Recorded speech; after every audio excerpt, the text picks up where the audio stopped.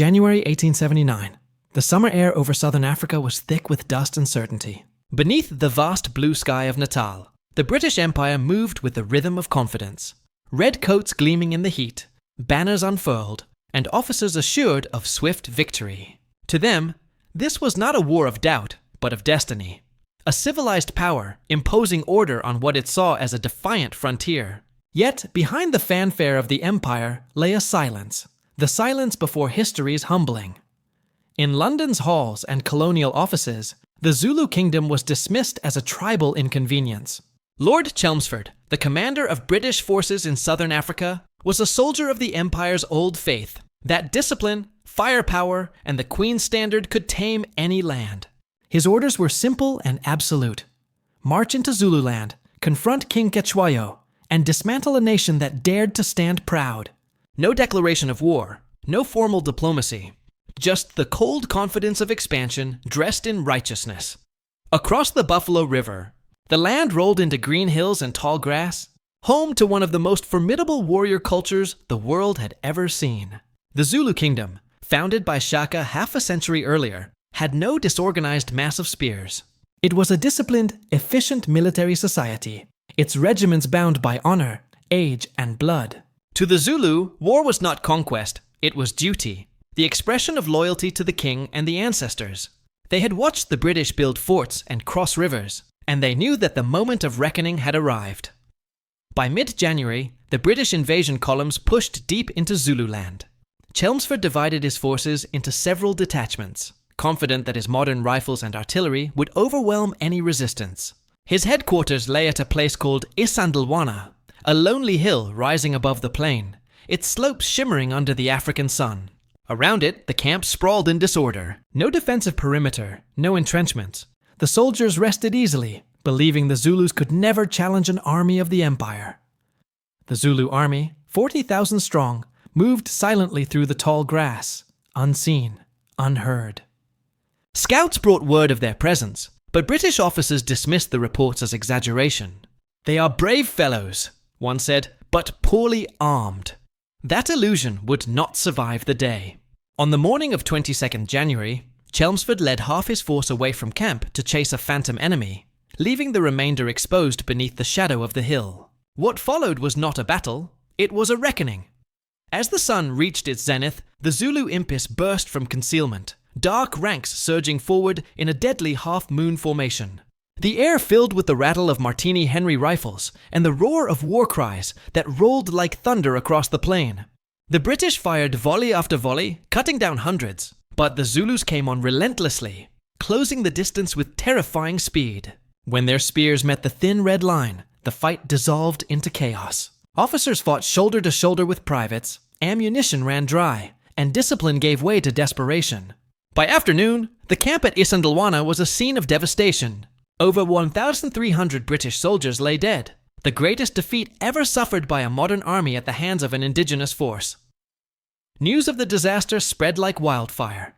Across the empire, disbelief turned to shame. How could a tribal army destroy one of Britain's proudest regiments? In Zululand, it was a day of triumph. Yet even King Cetshwayo, receiving the news, was uneasy.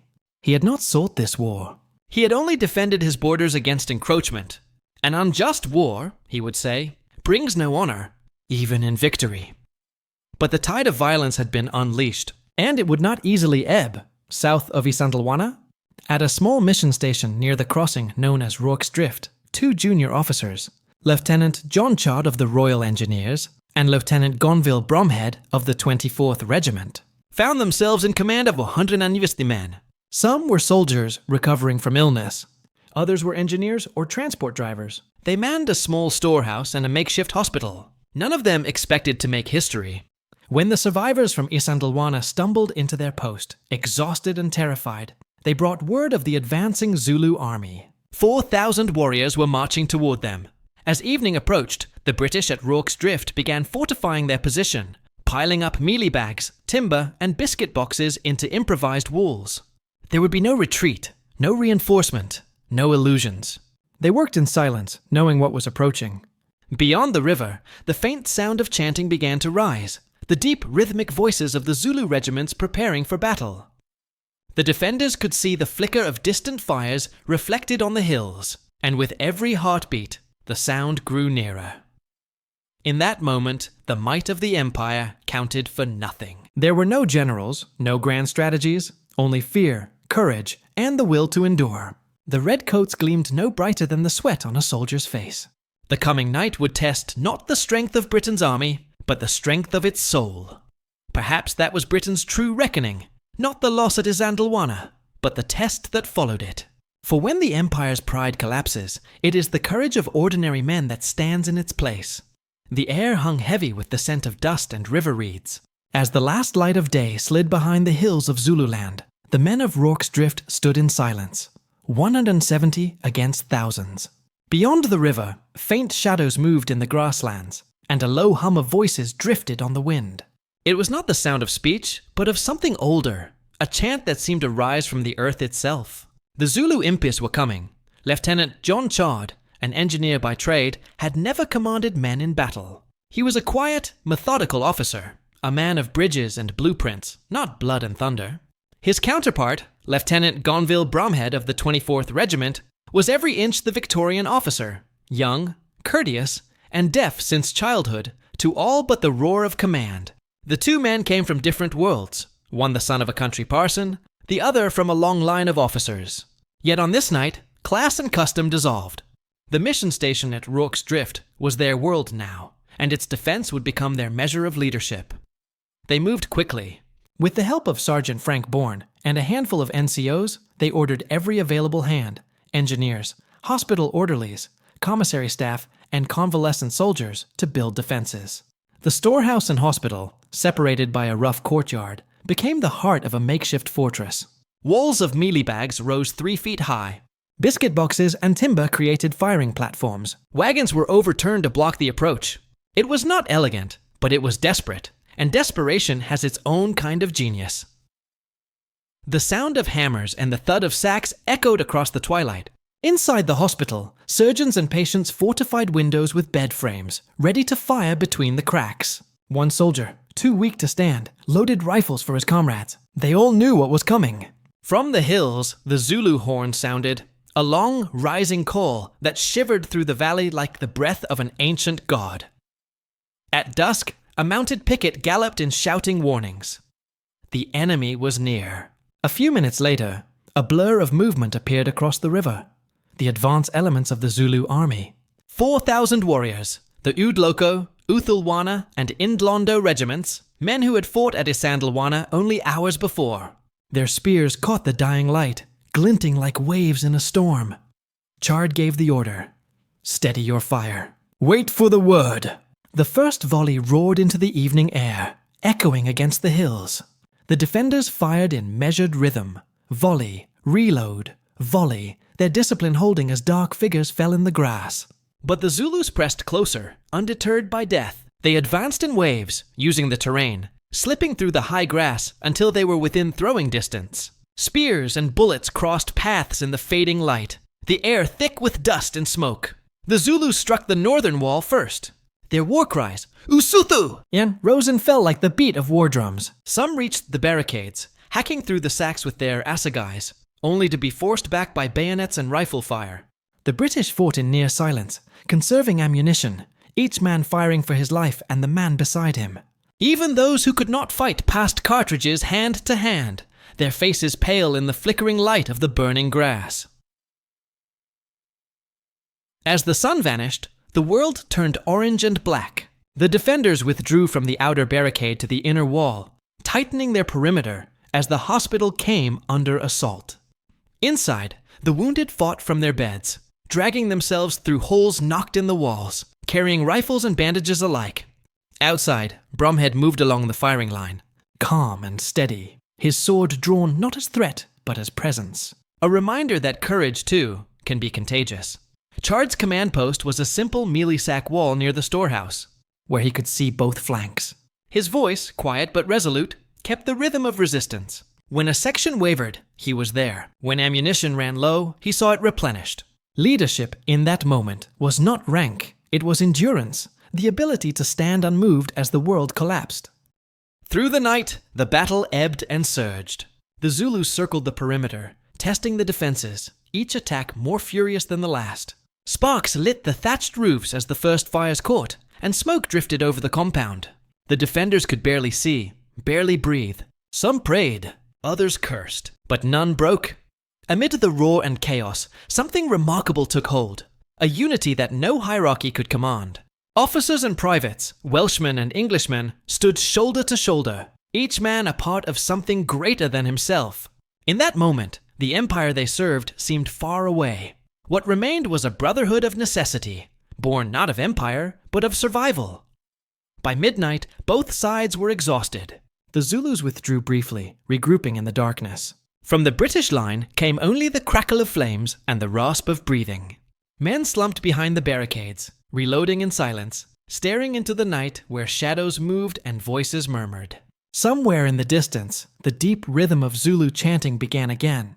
Not taunting now, but ritual, as if preparing the soul for what was yet to come. And as Chard looked across the smouldering compound, the fires flickering against faces hollow with fatigue, he must have wondered what dawn would bring. Would relief come? Or would this lonely outpost vanish beneath the weight of an empire's forgotten war? Perhaps that was the truest meaning of leadership, not command over others, but mastery of fear. For when the night closes in, and the world seems to collapse around you, rank means little. What endures is resolve. The light of the setting sun bled away, leaving only the glow of fire and the flicker of shadows on the barricades. The men of Rorke's Drift could hear them before they saw them, the deep, rhythmic murmur that rose and fell like the pulse of the earth. It was the sound of thousands of voices chanting in unison, the ancient rhythm of the Zulu impis. In the gathering dusk, they emerged, not as a mob, but as a living tide, advancing with measured steps, shields gleaming, assegais raised. Against the dim horizon, their movement seemed endless, the earth itself flowing towards the mission station.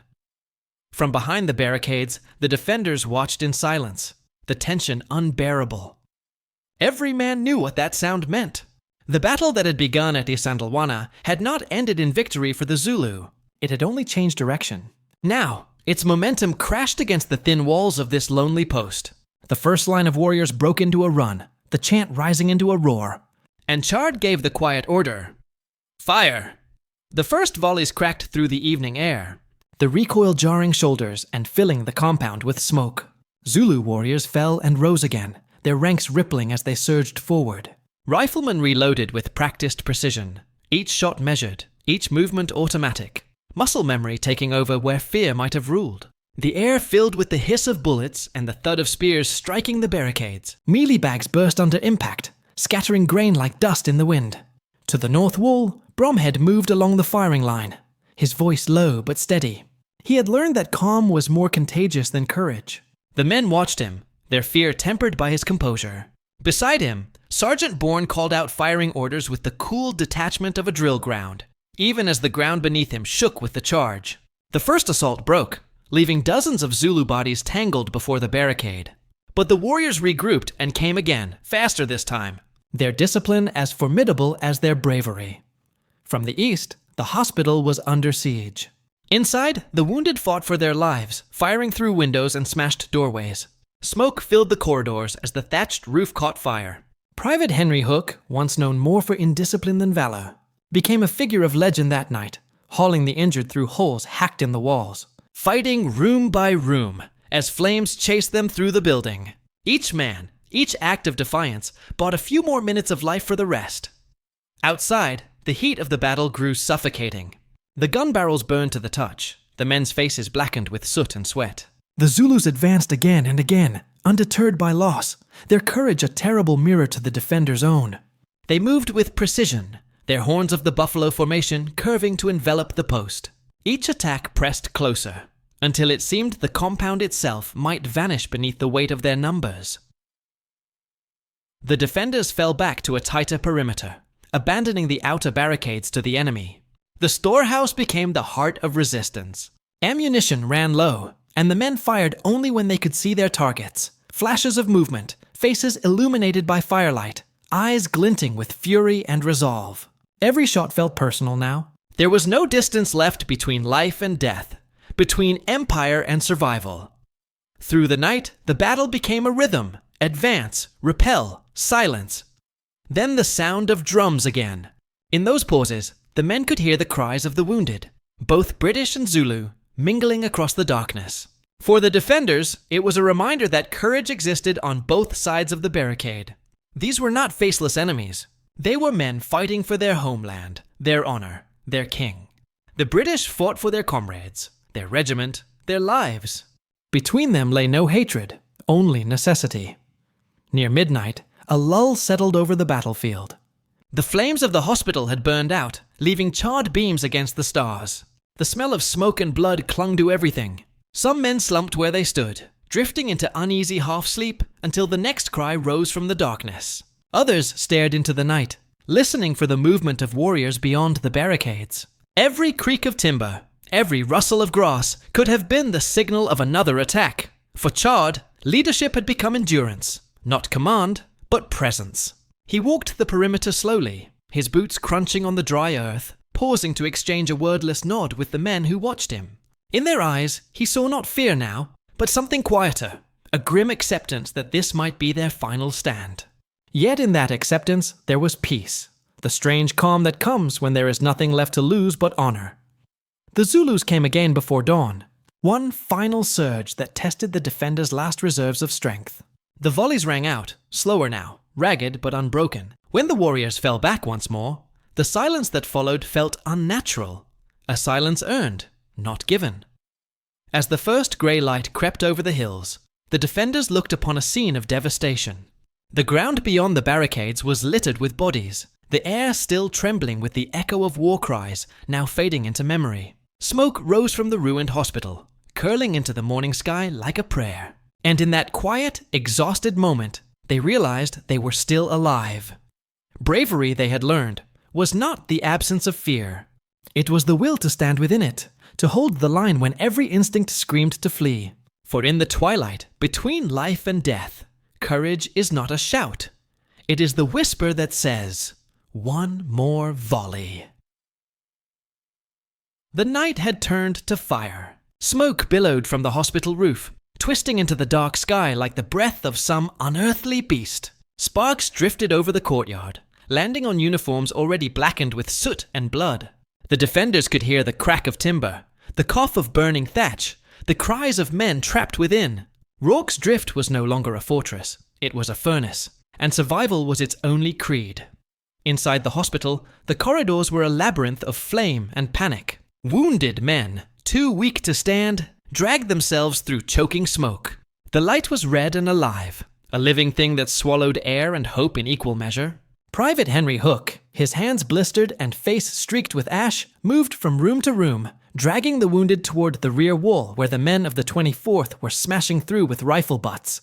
Behind him, the Zulus closed in, their war cries echoing through the firelit halls as they forced open door after door. Hook turned, fired once, and another shape fell. There was no time for thought, no time for fear, only instinct, action, and the will to endure. Outside, Chard and Bromhead worked like men possessed. The defenses were shifting with every moment, barricades collapsing, walls scorched, ammunition running perilously low. Chard's orders came calm but quick, his face expressionless beneath the flickering light. He moved from one position to another, directing fire, reinforcing weak points, rallying the weary. Bromhead, his sword drawn, held the inner barricade where the Zulus pressed hardest, his voice carrying through the chaos. "Hold the line! Hold!" The Zulu warriors came with relentless fury, their bodies glistening with sweat and ash, their spears flashing in the glow of the flames. They fought not for conquest now, but for pride, to prove that even the wounded strength of their people could not be crushed by the Empire. They fell in scores, yet others leapt over their bodies to strike again. For every warrior who fell, another took his place, as if the earth itself were rising against the British. By now, the entire hospital was a roaring pyre. Its light bathed the mission station in a dreadful glow, illuminating the horror on both sides. The Zulus pressed the attack, climbing over the smoldering remains, their war songs merging with the roar of the fire. But the defenders, backs to the last wall, refused to yield. They fired point blank into the dark, each shot echoing like the beat of a drum. At the center of it all stood Chard, steady, almost detached, a figure of improbable calm amid the inferno.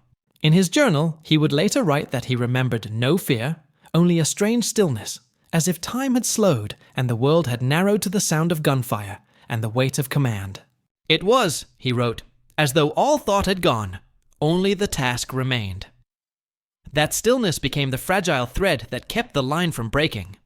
His men, seeing him unmoved, took strength from his quiet defiance.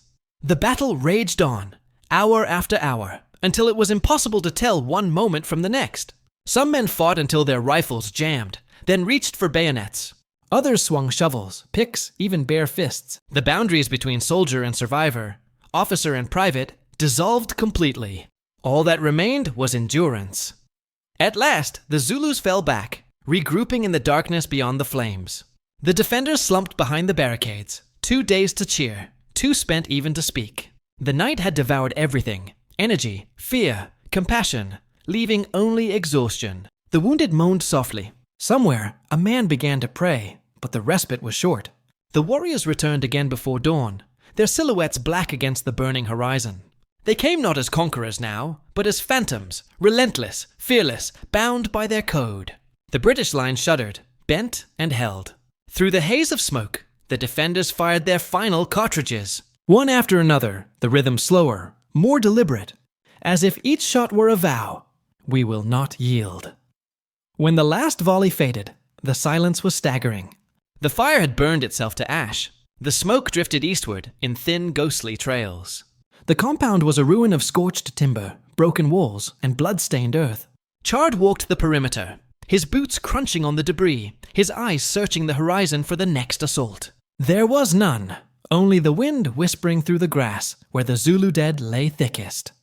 He turned to Brumhead, both men blackened and hollow-eyed, and for a moment neither spoke. Words were useless in a place where language itself had been burned away. They simply nodded, knowing the worst was not over. The night had ended, but the test of endurance had only begun. In the furnace of despair, men discover not who they are, but what they are willing to endure. The night dragged on without mercy. The flames that had lit the battle now smoldered into darkness, leaving only the smell of blood and powder in the air. The men of Rorke's drift were ghosts of themselves, hollow-eyed, smoke-stained, their red tunics gray with ash. Every muscle trembled with fatigue. Every breath was a struggle against fear. The Zulus had not vanished. They waited beyond the barricades, murmuring in the blackness, their voices rising and falling like the tide. For the defenders, time had lost its meaning. There was only the rhythm of survival: fire, reload, duck, and fire again.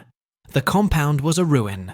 The hospital lay in ashes, its roof gone, its walls charred black. The storehouse, riddled with bullet holes and spear marks, had become the last bastion.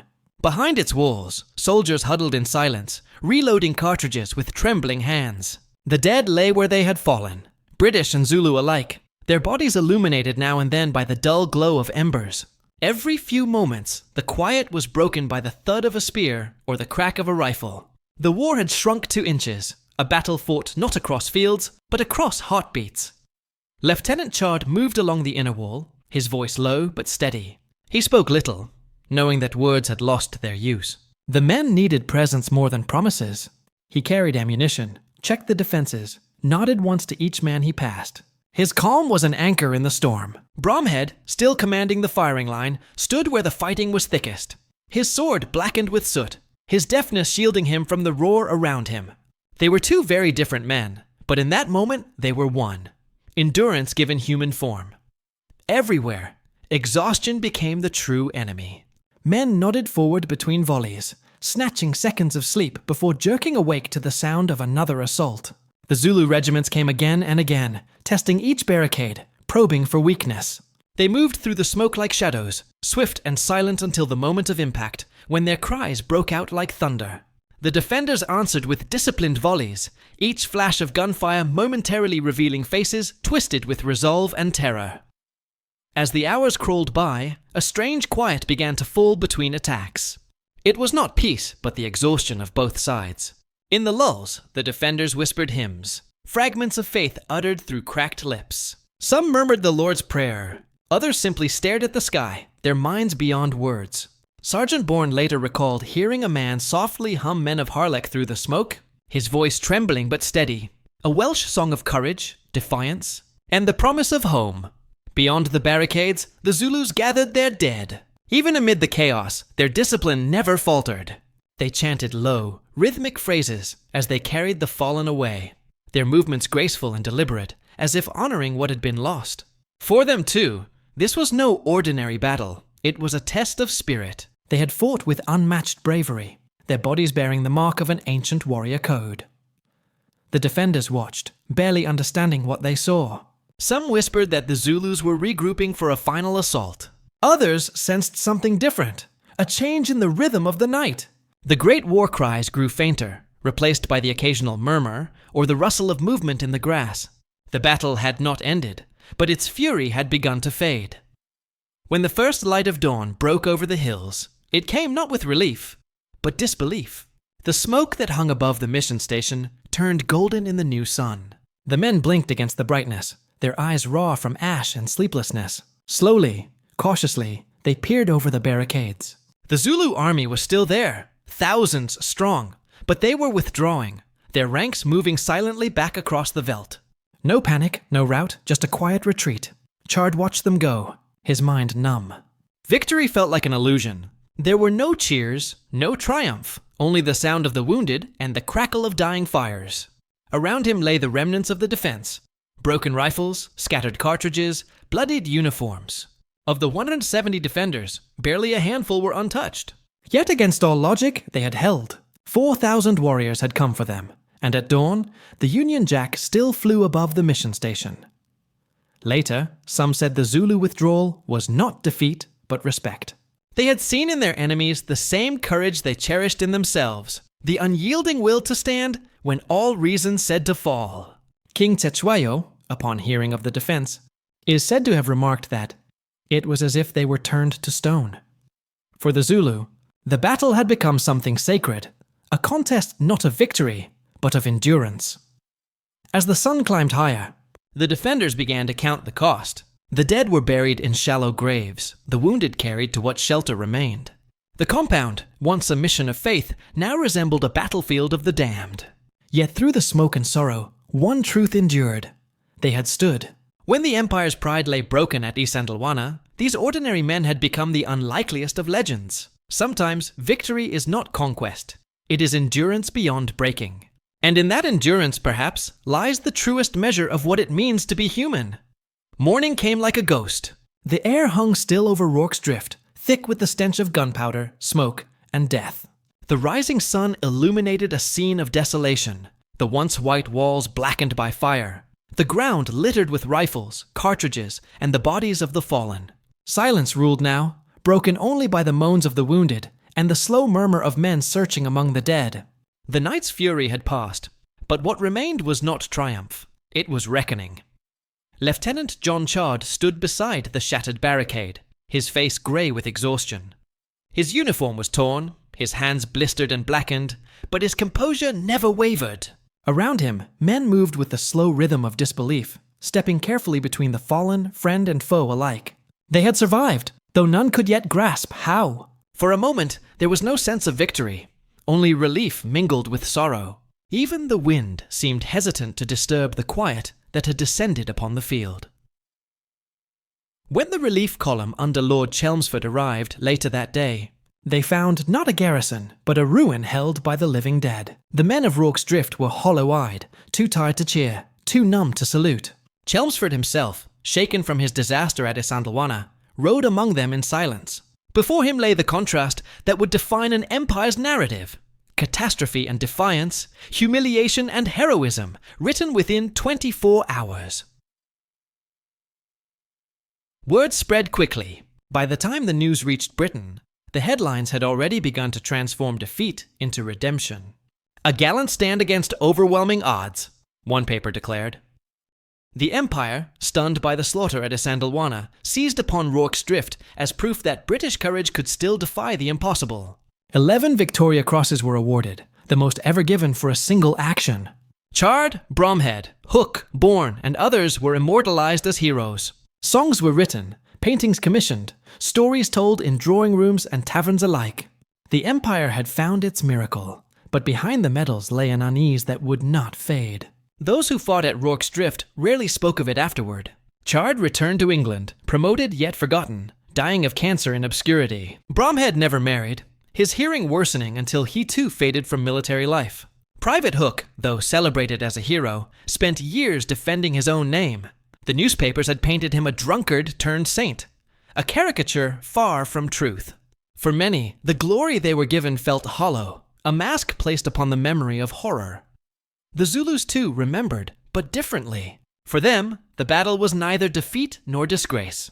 The regiments who attacked Rorke's Drift had fought with unparalleled bravery, advancing again and again into the teeth of British fire.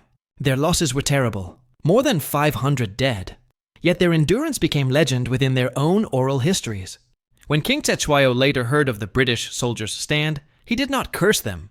He marveled. "They are the men who stood firm," he is said to have remarked. They were turned to stone. The truth of Rorke's Drift lies somewhere between the hymns of empire and the silence of the fallen. It was not merely a British victory or a Zulu tragedy. It was the meeting point of two worlds, two systems of courage, colliding in the most unforgiving crucible. The British fought for discipline, for order, for empire. The Zulus fought for kinship, for land, for their king. In that clash, both displayed the same human essence, loyalty, courage, endurance, and both suffered the same cost. As historians later combed the records, they found contradictions buried beneath the myth. Some argued that the Zulu withdrawal at dawn was not a tactical defeat, but a decision made in respect, their orders fulfilled, their honor satisfied. Others questioned the imperial narrative that glorified Rorke's Drift to distract from Isandlwana's disaster. The politics of the empire demanded redemption, and so the story became one of triumph, not tragedy. But to those who stood amid the ashes that morning, no such illusions remained. The field of Rorke's Drift became a sacred space, not because it marked victory, but because it marked survival. Grass grew over the graves, birds returned to the riverbank, and the mission was rebuilt, whitewashed as if to erase the memory of flame. Yet beneath that calm surface lay something the empire rarely confessed, that even in victory, conquest consumes. Every medal shone with the light of courage and the shadow of ambition. History remembers courage, but rarely the cost of the empire's ambition. The men of Rorke's Drift endured that paradox, their names immortalized in glory, their hearts scarred by what glory demanded. As the sun set once more over the hills of Zululand, the empire claimed a legend. But the land remembered something deeper, the silence after the guns, and the price paid by both sides for the pride of kings. Time softens the noise of battle, but it never silences it. The guns at Rorke's Drift fell quiet long ago, yet their echoes still travel, through history books, through song, through the uneasy conscience of empire. In the months that followed the Zulu War, the British public clung to the story of the mission station on the Buffalo River. It was retold as a parable of courage against all odds, a tale to soothe the bruised pride of a nation shocked by Isandlwana's humiliation. And so, in polished halls and dim theaters, amid speeches and sermons, the myth of Rorke's Drift took root. Pain was reshaped into pride. Newspapers painted the battle in strokes of glory, a handful of Britons standing firm against savagery. Paintings by Lady Butler captured the smoke, the fire, the exhausted heroism. Queen Victoria herself wrote letters of condolence and gratitude, and the 11 Victoria Crosses were paraded as symbols of national virtue.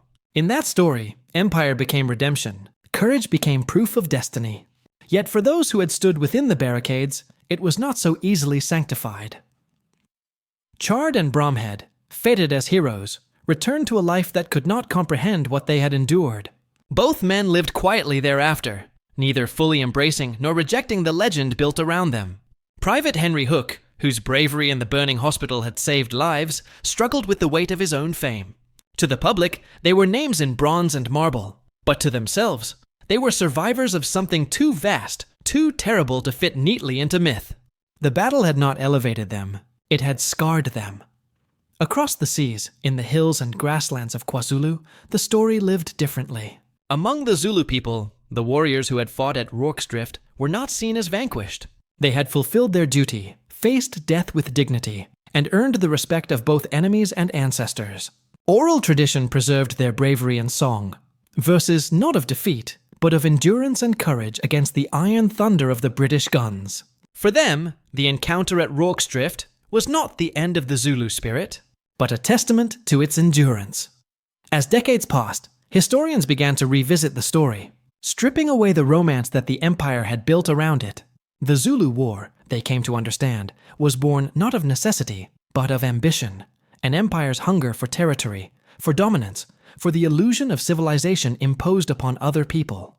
And within that truth, Rorke's Drift became something richer and more complex. Not a symbol of imperial might, but a mirror reflecting humanity's shared capacity for courage and for folly. In the 20th century, films and books would bring the story to new generations. The 1964 film Zulu immortalized it on screen, its grandeur matched by its simplifications. The faces of Michael Caine and Stanley Baker replaced the real men of Rorke's Drift in the public imagination. Yet even in cinema, something of the true spirit endured. The sense of ordinary men standing against fate, of two cultures bound in mutual recognition of valor. The myths endured because they touched something essential. The longing to believe that courage can redeem the cruelty of history. At the site itself, time has reclaimed the battlefield. The mission station stands rebuilt, a museum now, its whitewashed walls gleaming against the South African sky. Visitors walk the ground where smoke once choked the air, where rifles cracked and voices prayed. The wind moves softly through the grass, and the river flows as it always has. It is a place of quiet now, but if one listens closely, the echoes remain. The whisper of hymns, the beat of Zulu drums, the shared silence of the dead. Modern scholars have come to see Rorke's Drift not as a tale of British victory or Zulu defeat, but as a moment of tragic symmetry, where two forms of courage met and recognized each other in the firelight. The defender's endurance and the attacker's resolve were reflections of the same human truth, that bravery exists on both sides of every wall, and that the empire's glory often masks its grief. History, when told honestly, is not a celebration, but an act of remembrance. It demands that we look beyond medals and monuments to the lives that filled their shadows. The men of Rorke's Drift, British and Zulu, stood on opposite sides of belief and destiny, yet they shared one unbroken thread, the will to stand and to honor that which they held sacred. Perhaps that is the truest empire. Not the empire of land, nor of flags, but of memory. The empire was built not upon conquest, but upon what humanity dares to remember. The courage to endure, the grace to honor an enemy, and the wisdom to see, in the ashes of war, the mirror of ourselves.